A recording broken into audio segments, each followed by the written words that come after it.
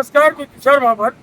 आज आपल्यासाठी बीच पासून जवळ असणारा 500 मीटरच्या अंतरातला 13 गुंठ्याचे मी प्लॉट आणलेले आहे. रिजनेबल रेटमध्ये आहेत. याला शेअर नाही.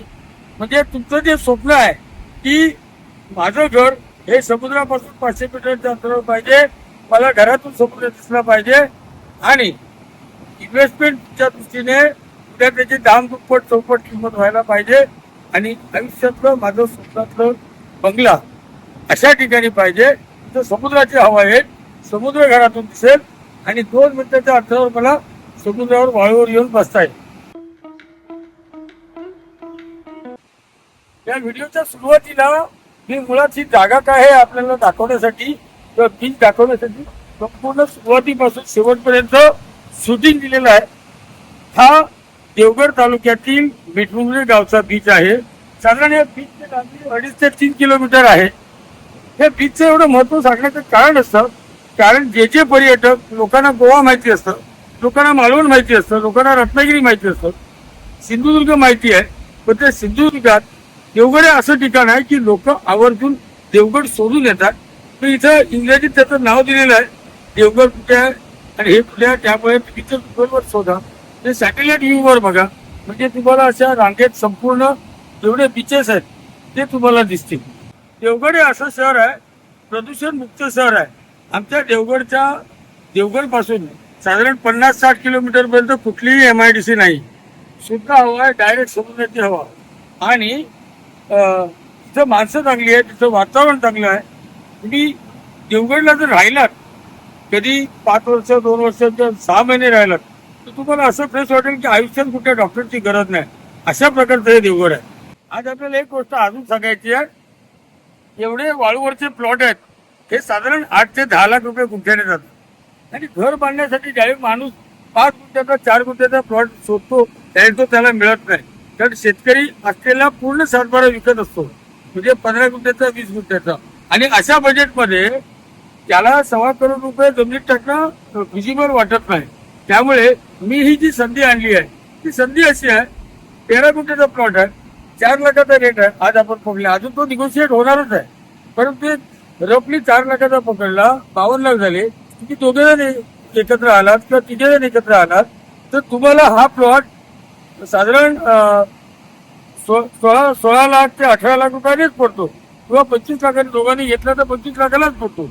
म्हणजे काय, माणूस तो विचार करतो की साधारण 25-1 लाखात प्लॉट, 10-1 लाखात घर, कारण तो आपल्या स्वप्नातलं घर हे साधारण 35 ते 40 लाखाच्या रेंजमध्ये बसेल असाच विचार करतो किंवा 20 ते 25 लाखात बसेल असाच विचार करतो.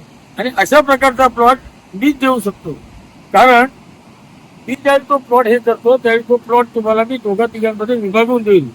आणि त्यासाठी तुमचे मित्र, नातेवाईक, म्हणजे तुम्ही कुटुंबात ठरवलं किंवा तुम्ही 2-4 मित्रांनी ठरवलं की आपल्याला समुद्राच्या बाजूला पाहिजे, बगीचेरीमध्ये पाहिजे. कारण जर तुम्ही सर्वे केलात, मालवणला गेलात, शिरोड्याला गेलात, वेगुर्ल्याला गेलात, गोव्याला गेलात तर तुमच्या एक लक्षात येईल 500 मीटरच्या रेंजमध्ये 4 लाखामध्ये कुठेही गुंठा मिळत नाही. क्लिअर टायटल, घराची परमिशन, ग्रामपंचायत हद्दीत FSI पण जास्त मिळतो या प्रकारचं, आणि तो विभागून देण्याची माझी तयारी आहे. अशा प्रकारचा तेही मिळत नाही. मुंबईपासून जसे जसे गोव्याच्या साईडला येतात ते रत्नागिरी जिल्हा, रायगड जिल्हा, सिंधुदुर्ग जिल्हा, गोवा, त्यावेळी तुमच्या एक गोष्ट लक्षात येईल, तिकडे बीचच्या बाजूला प्लॉट आहे किंवा बीच पासून जवळ आहे. साधारण आपलं पुण्याचे जे लोक आहेत ते साधारण असा विचार करतात 4-5 तासात आपल्याला सेकंड होमला जाता येईल, परत येता येईल. पण एक गोष्ट तुम्हाला माझ्या नजरेत आणून द्यायची आहे की त्या भागात MIDC आणि प्रदूषण हे एवढं आहे की त्या प्रदूषणमुळे मग त्याच्यापेक्षा मुंबईत राहिलेलं काय वाईट, मग त्याच्यापेक्षा पुण्यात राहिलेलं काय वाईट. इथे माणूस प्लॉटचा काय विचार करतो की प्लॉट घेतल्यानंतर त्याला शुद्ध हवा मिळायला पाहिजे, शुद्ध हवा मिळाल्यानंतर असा निसर्ग मिळायला पाहिजे, आणि असा निसर्ग मिळत असताना त्याच्या बजेटरीमध्ये यायला पाहिजे, आणि त्या बजेटरीमध्ये त्याला त्याचं आयुष्य वाढलं पाहिजे. म्हणजे जर तो 80 वर्ष जगणार असेल तर त्याला वाटलं पाहिजे मी 100 वर्ष नक्की जगणार. आणि देवगड पाहिलंय त्यांना देवगड काय सांगायची गरज नाही. आणि असे भरपूर लोक आहेत जे मला देवगडसाठी आम्हाला अशा प्रकारची जागा द्या म्हणणारे आहेत. पण ज्यांनी देवगड पाहिलं नाही तर माझी विनंती आहे की तुम्ही एकदा देवगड बघा. देवगड बघितल्यानंतर तुम्ही देवगडच्या प्रेमात पडाल आणि देवगडच्या प्रेमात पडल्यानंतर तुम्ही जागेचा भावाचा निगोशिएशनचा विचारच करणार नाही. तुम्ही म्हणाल मला या ठिकाणी जागा पाहिजे, आहे तो रेट चालेल. कारण तुम्हाला असं वाटायला लागेल अशा प्रकारची जागा मी सोडणं म्हणजे ही जागा परत याचा भाव वाढणार आणि याचा भाव वाढलेल्या भावात तुम्हाला घ्यायला लागणार.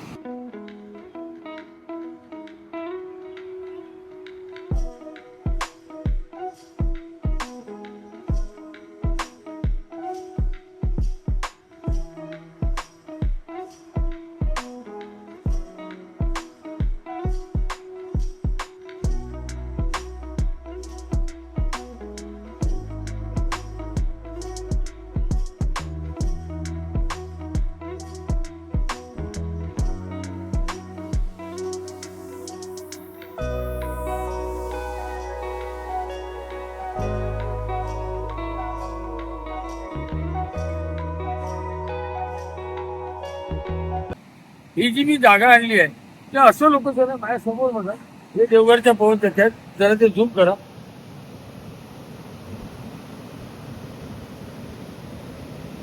त्यानंतर हा जो रोड आहे तो रोड मी माझ्या व्हिडिओत दाखवलेला आहे. हा रोड म्हणजे रेवस रेड्डी जो मुंबईहून नवीन सागरी महामार्ग झालाय तो रोड आहे. आणि त्याच रोडचा विशेष म्हणजे हा जो पूल दिसतोय ब्रिज, तो ब्रिज जरा झूम करा. या ब्रिज वरून हा जो ब्रिज पाहिला, या ब्रिज वरून संपूर्ण पाण्यातून डोंगराच्या बाहेरून जसं तुम्ही बांद्रा वरळी सिलिंग पाहिलात, हा तसा तो सिलिंग होतोय. म्हणजे असं तुम्ही रत्नागिरीला जसं गणपतीपुळ्यापासून फिरताना जसं तुम्हाला वाटतं की एका साईडला समुद्र आणि समुद्राच्या बाजूने फिरतोय, तसा संपूर्ण देवगडून येणारा असा कुंटेश्वर मार्गे देवगड सिलिंगने तुम्ही फिरणार आहात. देवगड ज्यांना माहिती आहे त्यांना मी सांगायची गरज नाही, पण ज्यांनी देवगड हे पहिल्यांदाच नाव ऐकलं असेल तर त्यांना मी सांगतो, देवगडचा हापूस आंबा ज्याला अल्फान्सो मँगो म्हणतात तो एक फेमस आहे. देवगडची फ्रेश फिश म्हणजे देवगडच्या पाण्यातल्या समुद्रातल्या माशाची जी चव आहे ती तुम्हाला कुठेही तशी मिळणार नाही. आणि देवगडचं कुंटेश्वर मंदिर जे ज्याला आपण दक्षिण काशी म्हणतो ते हे देवगडचं कुंटेश्वर मंदिर. आणि देवगडची गार्डन, देवगडची पवनचक्की गार्डन, अशा देवगडला कितीतरी गोष्टी आहेत की तुम्ही देवगड याबद्दल जाणून घेतलं की तुम्हाला असं वाटेल माझं घर, माझं स्वप्न हे देवगडच असायला पाहिजे, माझी रिटायरमेंट लाईफ हे देवगडच असायला पाहिजे.